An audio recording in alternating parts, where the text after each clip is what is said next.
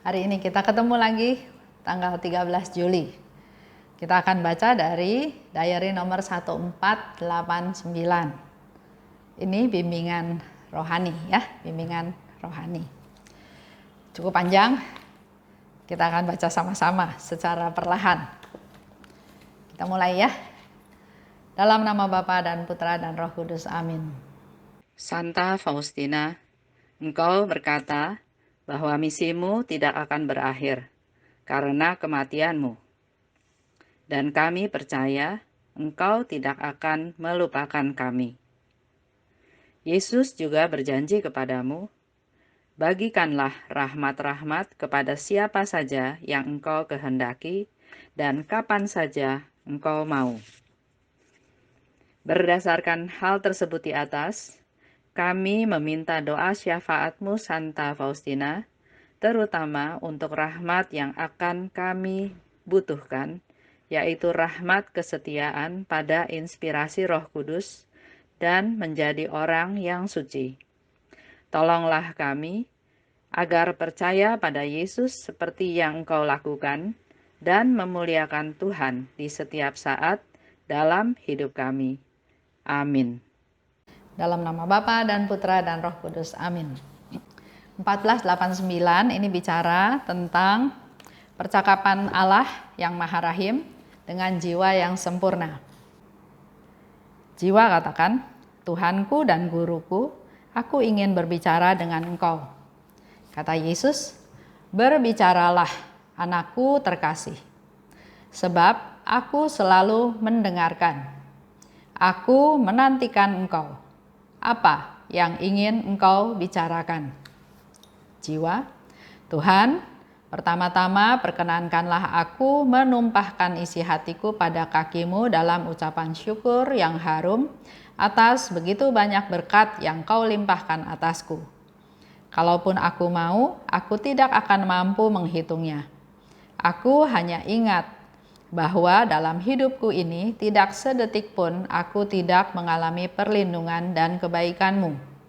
Kata Yesus, kata-katamu menyenangkan hatiku, dan ucapan syukur-Mu membuka harta rahmat yang baru bagi-Mu. Tetapi anakku, kita harus berbicara lebih rinci mengenai hal-hal yang ada di dalam hati-Mu. Marilah kita berbicara empat mata dan dengan terus terang, seperti dua hati yang saling mengasihi. Jiwa, oh Tuhanku yang Maha Rahim, ada rahasia-rahasia dalam hatiku yang tidak diketahui dan tidak pernah akan diketahui oleh seorang pun kecuali oleh-Mu. Sebab, kalaupun aku mau membeberkannya, tidak seorang pun akan memahami aku. Wakil-Mu mengetahui sebagian karena aku mengaku dosa padanya. Tetapi ia hanya mengetahui sedikit dan misteri-misteri yang dapat aku ungkapkan, selebihnya tetap tersimpan bagi kita berdua sampai selama-lamanya. Oh Tuhanku, Engkau telah menyelubungi aku dengan mantel kerahiman-Mu dan serentak mengampuni dosa-dosaku. Tidak sekalipun Engkau menahan pengampunan-Mu. Engkau selalu berbelas kasih kepadaku. Engkau selalu memberikan kepadaku suatu kehidupan rahmat yang baru. Untuk menghilangkan keraguan-raguanku, Engkau telah mempercayakan aku kepada asuhan gereja-Mu yang penuh kasih. Dialah Bunda yang mesra, yang dalam nama-Mu meyakinkan aku akan kebenaran-kebenaran iman dan memperhatikan masalah-masalah yang kuhadapi. Khususnya dalam sidang kerahiman-Mu, jiwaku menjumpai samudra kasih. Padahal kepada para malaikat yang memberontak, Engkau tidak memberikan waktu sedikit pun untuk menyesal. Dan bagi mereka, Engkau tidak memperpanjang saat kerahiman. Oh Tuhanku, Engkau telah menyediakan imam-imam yang suci untuk menunjukkan jalan yang aman kepadaku. Yesus, ada satu lagi rahasia dalam kehidupanku, rahasia yang paling dalam dan paling mengasihkan hatiku, yakni Engkau sendiri ketika Engkau datang kepada hatiku dalam rupa roti. Di sini terhamparlah seluruh rahasia kesucianku. Di sini hatiku sedemikian bersatu dengan hati-Mu, seolah-olah hanya satu hati.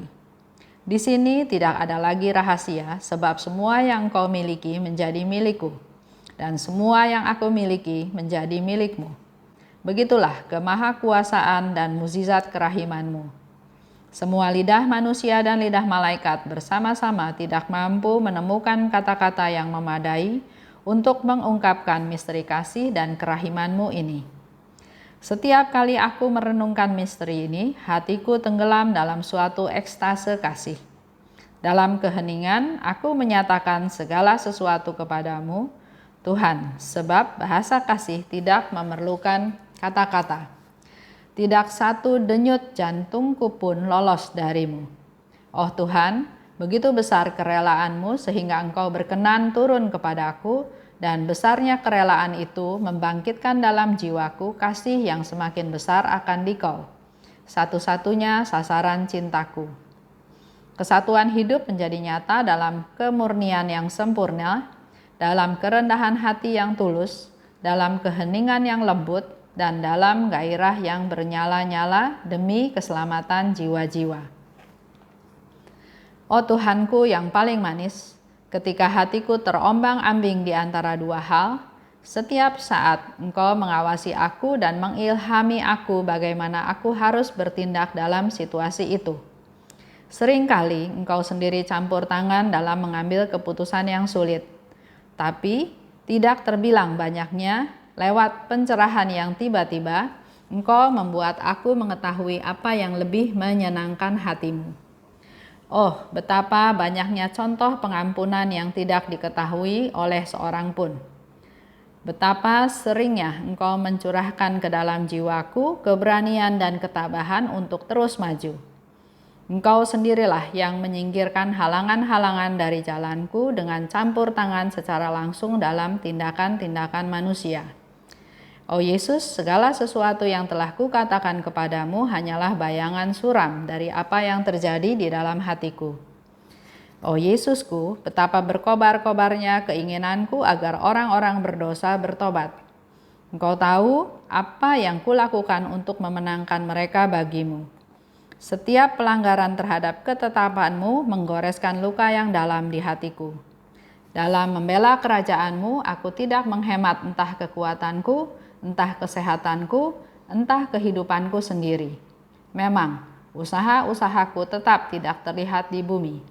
Tetapi semua itu sungguh berharga dalam pandanganmu. Diary 1489. Kata Yesus, berbicaralah anakku terkasih, sebab aku selalu mendengarkan. Di sini Tuhan Yesus memberikan satu konfirmasi bahwa kita adalah anak-anaknya yang dikasihi. Anakku terkasih. Aku selalu mendengarkan. Apa yang ingin engkau bicarakan? Dia selalu punya waktu buat kita. Yang sering terjadi adalah kita nggak punya waktu buat dia. Ya, doa, buru-buru, ngomong dari sisi kita kayak kita kasih laporan, udah itu selesai. Yesus mau ngomong sesuatu, kita udah tutup, ya. Padahal di sini Yesus katakan, berbicaralah. Aku menantikan engkau. Apa yang ingin engkau bicarakan, bukan engkau laporkan, ya. Apa yang mau kita bicarakan? Ayo, saya punya waktu buat kamu. Ya, itu satu bukti Allah yang Maha Rahim buat kita semua. Dikatakan lagi, Faustina katakan, aku menumpahkan isi hatiku sebagai ucapan syukur atas segala banyak berkat yang dia terima. Tidak sedetik pun tidak mengalami perlindungan dan kebaikan. Jadi kalau kita mau sungguh-sungguh merenungkan, merefleksikan, mengevaluasi. Contoh ya, malam sebelum tidur. Coba kita renungkan dari mulai pagi. Pagi bangun, Tuhan kasih cuaca yang cerah, kasih badan yang sehat, kasih semangat untuk misalnya berolahraga, untuk masak, untuk ke pasar, untuk beres-beres rumah. Itu semua rahmat yang Tuhan berikan. Ya, kita bisa melihat anggota keluarga kita yang lain sehat, bahagia, senang. Kita juga bisa melihat mungkin sekitar kita. Ya. Ada pembantu yang menyiapkan kebutuhan kita, ada tukang sayur, ada tukang sampah yang mengambil sampah setiap pagi. Itu kita bisa syukuri semuanya. Tuhan memberikan kita rahmat. Dikatakan tidak sedetik pun tidak mengalami perlindungan dan kebaikan Tuhan. Kalau kita gali lagi, kita akan menerima. Kita akan bisa merasakan betul-betul Tuhan itu melindungi kita, memberikan kebaikan kepada kita setiap detik yang kita alami, yang kita lewati. Kata Yesus, kata-katamu menyenangkan hatiku. Dengan kamu bersyukur, maka kamu membuka harta rahmat yang baru bagimu. Dengan kita bersyukur, Tuhan Yesus bilang, membuka harta rahmat yang baru bagimu. Ya, jadi mulailah kita dengan bersyukur. Mensyukuri apa saja bisa kita lakukan. Bersyukur dalam masa COVID. Bisa ada di rumah. Bisa mengatur pola makan dengan baik. Bersyukur ada COVID, kendaraan berkurang sehingga udara bersih, udara cerah, langit biru. Biasanya kan abu-abu, banyak asap ya. Bisa bersyukur lagi. Dengan begitu relasi dalam keluarga menjadi semakin dekat, semakin baik. Bisa ada komunikasi karena di rumah saja. Ya. Ingat ya, Tuhan bilang dengan ucapan syukur maka membuka harta rahmat baru bagimu. Jadi kalau ada orang bilang, kok dia kayaknya diberkati Tuhan ya, kok saya enggak? Pertama, bandingin aja udah salah. Tapi dengan mengevaluasi, di sini mungkin kita dapat jawabannya. Dia hidup dengan penuh syukur. Sedangkan kita mungkin kerjanya cuma minta, ngomel, minta. Ya, di sini perbedaannya. Yesus bilang, dengan kamu bersyukur, maka harta rahmat yang baru terbuka bagimu. Tapi Yesus bilang, ayo, kamu perlu berbicara lebih rinci tentang hal-hal yang ada di dalam hatimu. Untuk kita berbicara dengan lebih rinci, kita perlu waktu. Maka kita harus sediakan waktu untuk betul-betul ngobrol sama Tuhan Yesus. Bukan laporan ya, seperti yang tadi saya katakan. Kata Yesus, berbicaralah terus terang seperti dua hati yang saling mengasihi. Lebih ke dalam, lebih personal. Ungkapkan apa yang ada di dalam hatimu. Ada rahasia yang kalau dibeberkan juga mereka tidak akan memahami aku. Itu Suster Faustina katakan ya. Engkau menyelubungi aku dengan mantel kerahimanmu. Engkau serentak mengampuni dosa-dosaku dan tidak menahan pengampunanmu. Ini ungkapan Suster Faustina ya. Engkau selalu berbelas kasih, selalu memberi kehidupan rahmat baru. Dalam sidang kerahiman, jiwaku menjumpai samudera kasih. Itu ungkapan yang dialami oleh Suster Faustina. Ada rahasia lainnya, adalah engkau datang kepada hatiku dalam rupa roti. Hatiku sedemikian bersatu dengan hatimu. Jadi kita menerima hosti kudus, menerima komuni kudus bukan hanya asal menerima, tapi sungguh-sungguh dihayati itu Yesus. Yesus yang masuk ke dalam diri kita. Bersatu dengan hati Yesus. Semua yang engkau miliki menjadi milikku. Dan semua yang aku miliki menjadi milikmu. Setiap kali aku merenungkannya, hatiku tenggelam dalam ekstase kasih. Dalam keheningan, aku nyatakan segala sesuatu kepadamu. Kita perlu saat hening. Jadi kita boleh berbicara kepada Tuhan karena Tuhan bilang, ayo ungkapkan apa yang mau kita bicarakan. Di situ Yesus juga kasih tahu bahwa dengan kamu bersyukur, maka terbuka harta rahmat baru.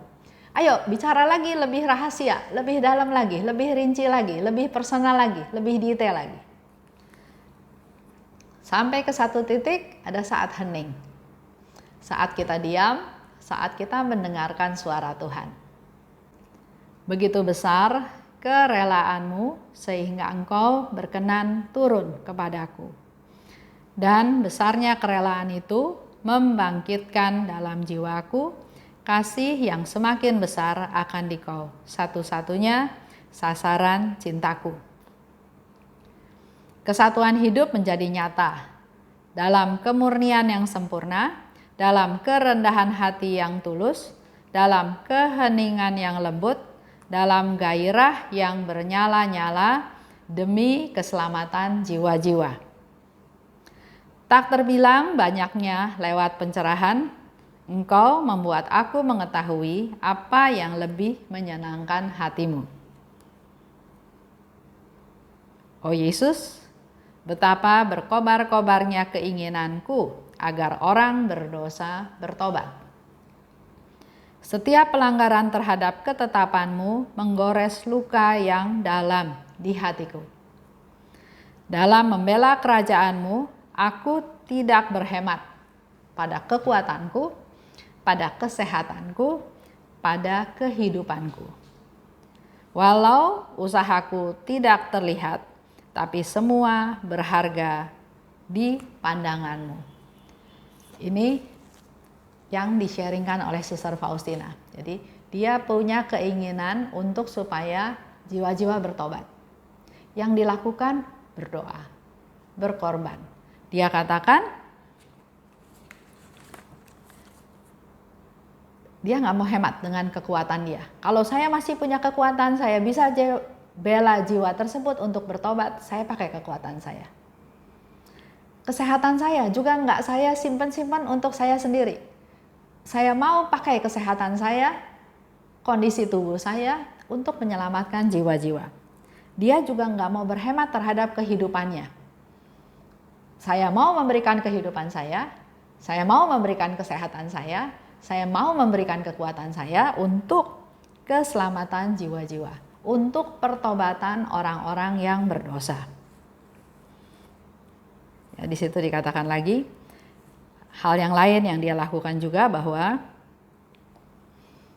dia mau sungguh-sungguh mau menyenangkan Tuhan. Ya. Fokusnya adalah bagaimana menyenangkan Tuhan. Dia mau pakai semua keberadaan yang dia punya untuk menyenangkan Tuhan. Mari Bapak Ibu, saya juga mau ajak kita semua, kita belum sempurna ya, kita masih berdosa. Tapi kita boleh belajar dari komunikasi obrolan antara Allah yang Maha Rahim dan jiwa yang sempurna. Kita mau juga sempurna ke arah sana. Ya, seperti yang dikatakan dalam kitab suci juga. Hendaklah kamu sempurna seperti Bapamu sempurna. Kita memang nggak mungkin jadi sempurna.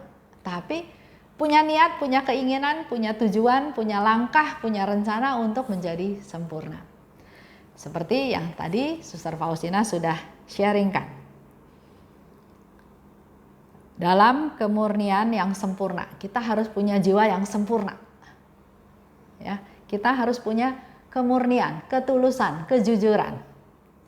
Dalam kerendahan hati yang tulus, kita harus orang yang bukan dianggap pura-pura rendah hati, tapi rendah hati yang tulus. Juga kita masuk dalam keheningan. Biar Tuhan berbicara, berkarya dalam hidup kita. Dan punya gairah yang menggebu-gebu, yang semangat untuk keselamatan jiwa-jiwa. Itu saja untuk renungan hari ini. Kita tutup dengan doa ya, sama-sama berdoa. Dalam nama Bapa dan Putra dan Roh Kudus, amin. Allah Bapa yang Maha Baik, terima kasih karena pada hari ini kami boleh membaca cerita tentang Allah yang Maha Rahim, percakapan Allah yang Maha Rahim dengan jiwa yang sempurna. Kami manusia berdosa Tuhan, kami masih banyak jatuh bangun dalam kehidupan iman kami. Tapi kami juga mau belajar untuk menjadi jiwa yang sempurna. Urapi kami Tuhan, berkati kami Tuhan, Pimpin kami, lindungi kami, pelihara kami agar sehari lepas sehari hidup kami menjadi semakin hari semakin baik. Kami mau juga menjadi jiwa-jiwa yang sempurna di hadapan-Mu Tuhan, sehingga Engkau mendengarkan kami berbicara, Engkau juga mengetahui isi hati kami, Engkau mendampingi kami, dan terlebih lagi, tumbuhkan rasa rindu kami Tuhan untuk kepedulian terhadap keselamatan dari jiwa-jiwa orang yang berdosa. Tumbuhkan rasa cinta kami, berdoa untuk mereka Tuhan, berdoa untuk keluarga kami, dan berdoa untuk diri kami sendiri juga untuk menjadi semakin hari, menjadi semakin hidup baik di hadapan-Mu. Bunda Maria, doakanlah kami. Santa Faustina, doakanlah kami. Amin. Dalam nama Bapa dan Putra dan Roh Kudus. Amin. Salam kerahiman.